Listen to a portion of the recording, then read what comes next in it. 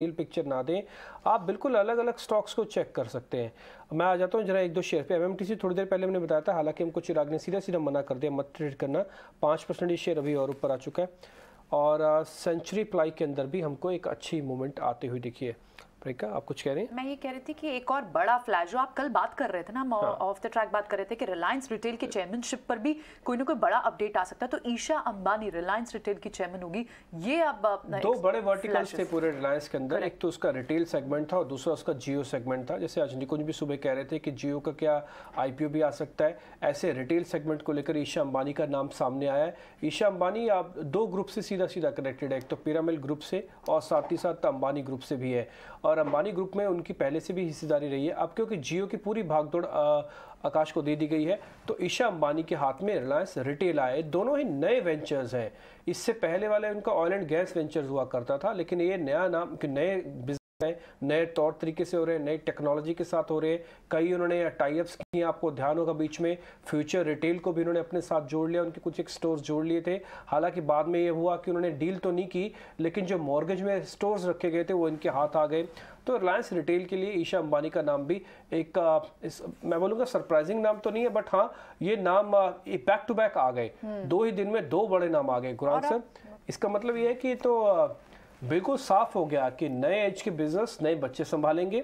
हम पुराना देख ही रहे हैं, हमारी छत्रछाया रहेगी। और अब ये एक नए तरह का जोश, नया एक तरह की रणनीति, नई एक तरह की फाइट होगी जो आने वाले दिनों में दिखेगी। इसका मतलब ये है कि अगर देश की सबसे बड़ी ग्रुप के कंपनीज के एक नेक्स्ट जनरेशन है वो ऐसे बिजनेस को संभाल रही है, इसका मतलब रिटेल टेलीकॉम ये तो अच्छे बिजनेस रह सकते हैं। बिल्कुल डिम्पी, और मेरे ख्याल से एक चीज जो निरंतर रहेगी वो है बदलाव। और ये जो बदलाव हम देख रहे हैं, मेरे ख्याल से ये एक विचारधारा के ऊपर आपको दशा और दिशा के तरफ दिखा रहे हैं कि नवयुग के कारोबार में आपको युवा पीढ़ी, युवा सोच, विचारधारा और युवा जोश से आपको आगे बढ़ना है।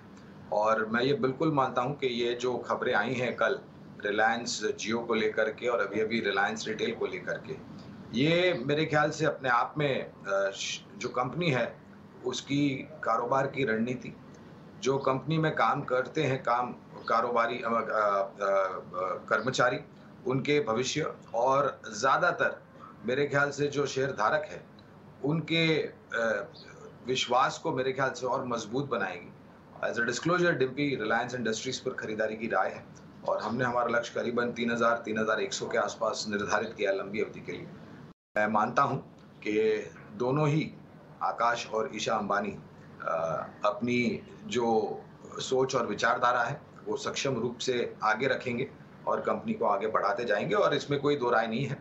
माननीय मुकेश अंबानी जी मार्गदर्शन करने के लिए तो है ही उनके साथ। भले ही वो जैसे बोर्ड में ना रहे, लेकिन हाँ उनका आशीर्वाद, या फिर ये कहेंगे उनका बोर्ड में बातचीत तो अपनी रख ही पाएंगे। खैर, दूसरी इंपॉर्टेंट चीज़ ये है कि अब ये दोनों ही सेगमेंट ऐसे जहाँ पे अपार संभावना भी है ग्रोथ की, तो आप इसको इस लिहाज से भी दे सकते हैं। अगर एक जनरेशन ने ऑयल एंड गैस पेट्रोकेमिकल से पैसा बनाया, तो हो सकता है नेक्स्ट जनरेशन रिटेल से पैसा बनाए, टेलीकॉम से पैसा बनाए। तो इसलिए ये एक सीधा सीधा लेगेसी के साथ बिजनेस का पास ऑन भी है।